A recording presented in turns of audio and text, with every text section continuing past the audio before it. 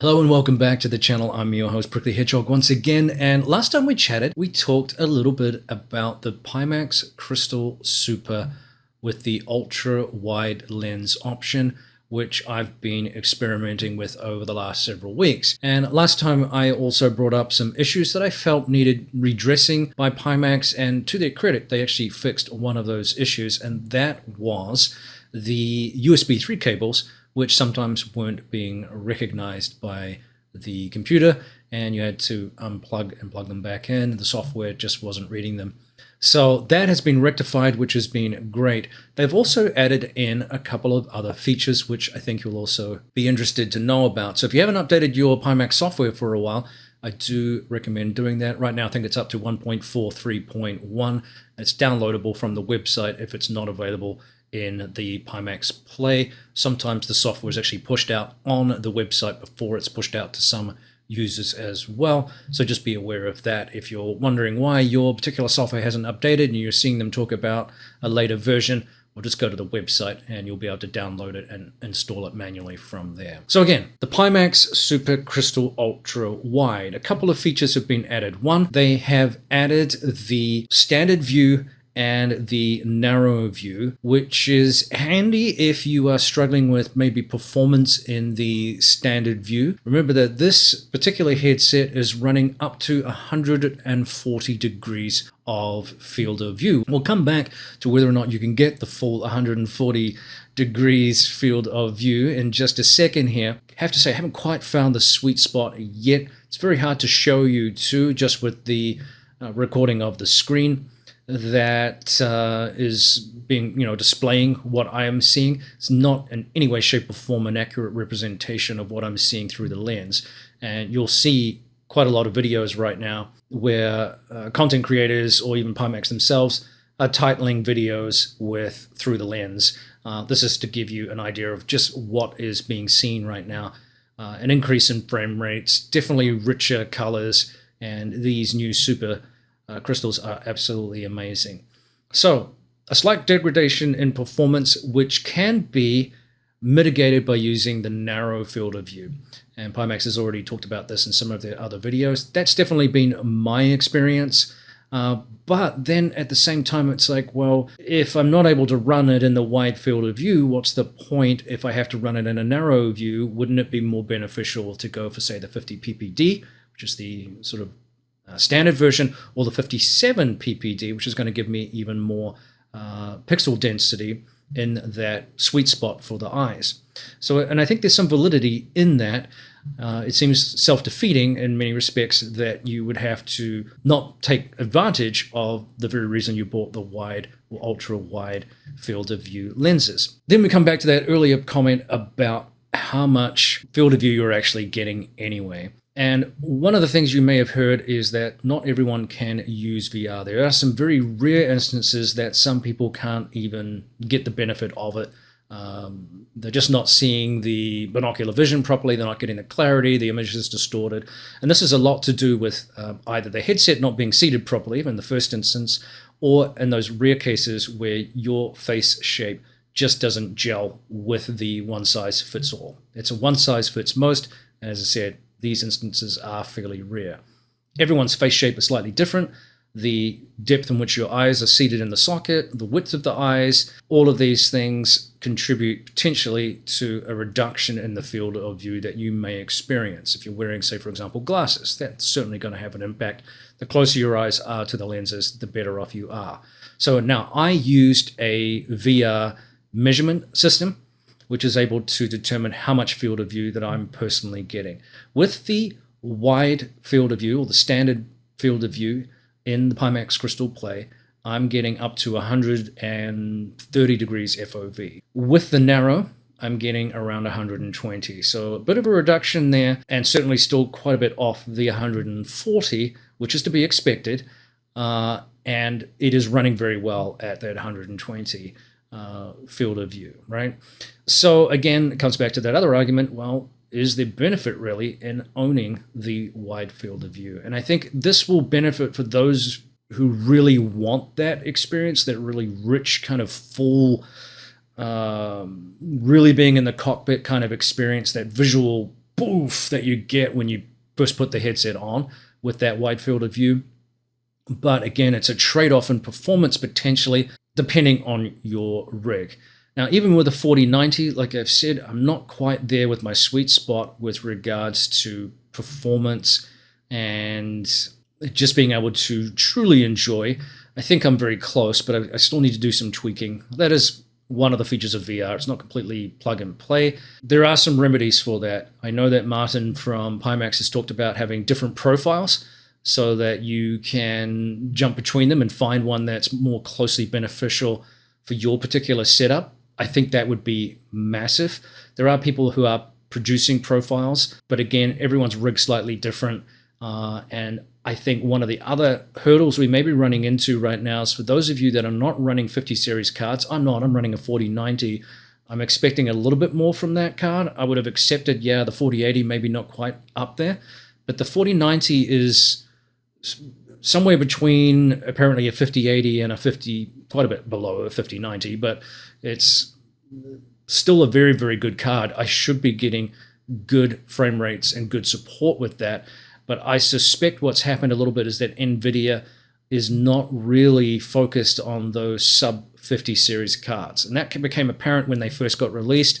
And a lot of people experienced problems with the new drivers that came out around about, March-ish, when those new 50 series cards came out. And then there was all sorts of other issues that came up with those cards, similar to some issues that we saw from the previous generation.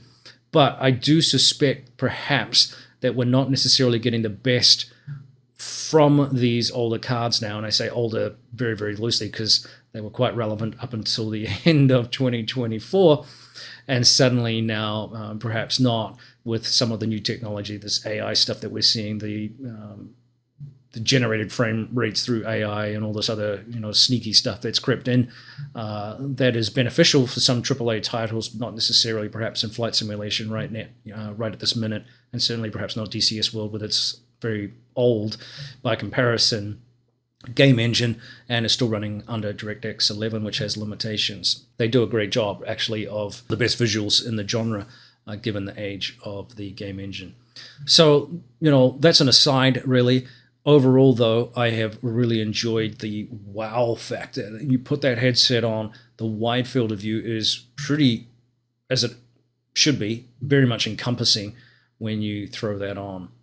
So, again, I think it's going to come down to sort of a splitting hairs component between the 50 ppd, the 57 ppd, and the ultra wide. I think the other two are probably going to give you a little bit more clarity in terms of pixel density, as those references imply. Unless you're putting them side by side and checking them, in parallel, I think it'll be very hard to see any real degradation between those three headsets. The big one will probably be performance, whether or not you have, better frame rates and overall latency issues with those other headsets over the ultra wide.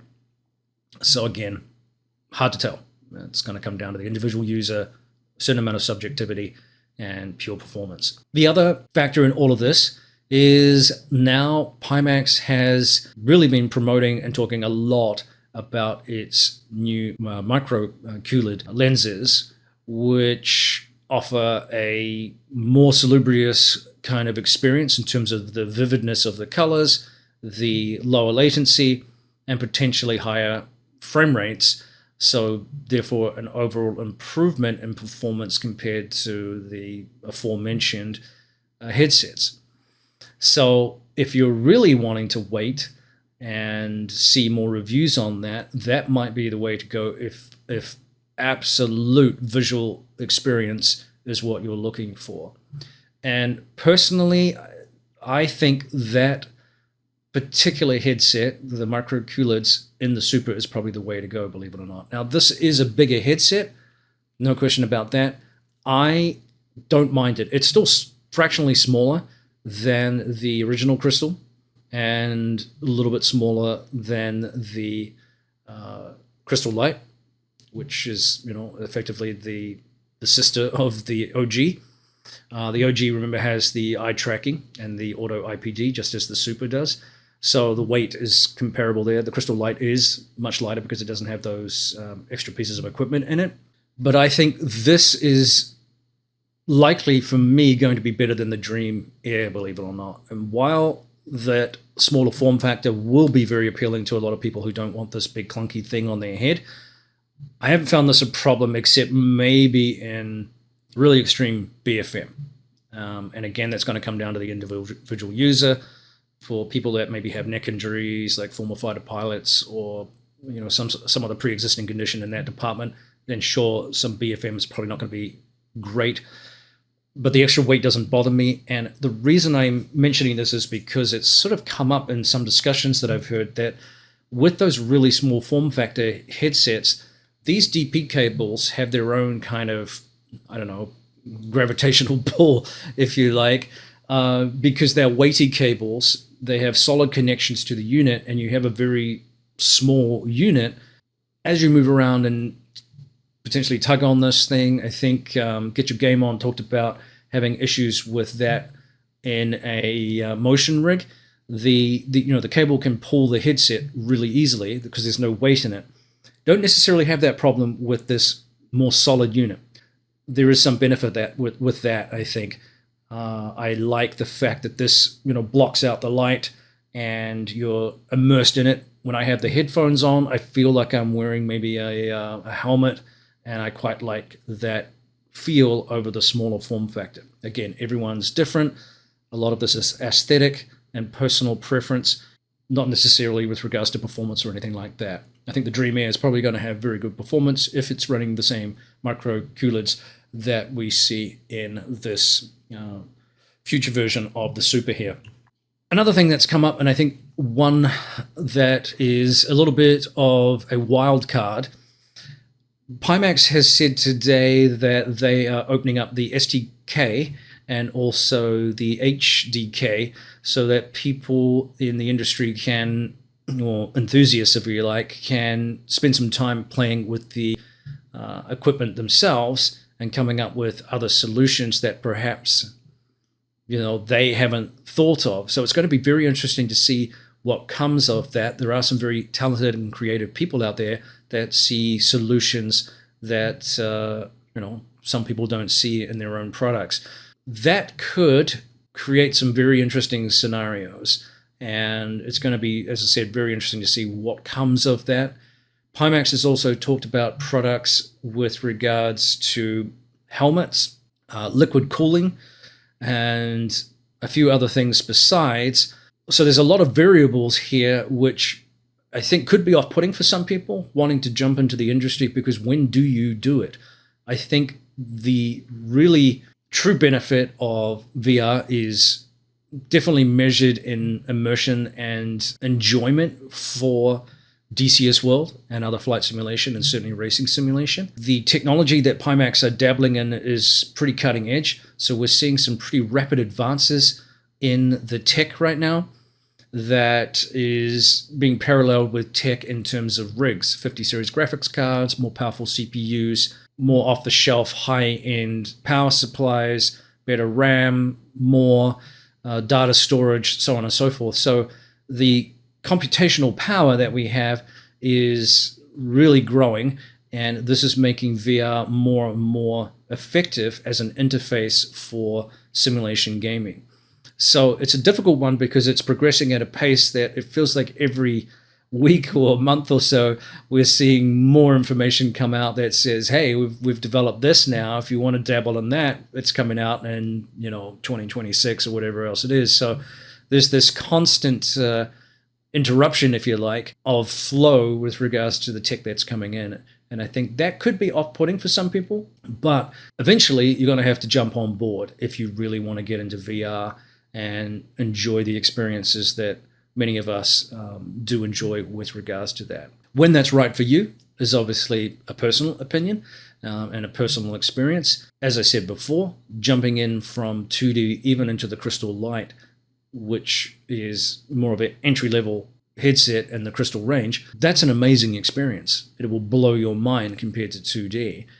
And that experience is something I'd like more people to have and join us in the benefits and the joys of the 3D world. So lots to consider. Overall, I've enjoyed the ultra wide experience. Like I said, it definitely has a wow factor. Performance wise, I still think there's more to tinker with, more to explore and get the best out of it. We're not getting the full 140 degrees field of view, which is, I've explained why. Nonetheless, it's enjoyable.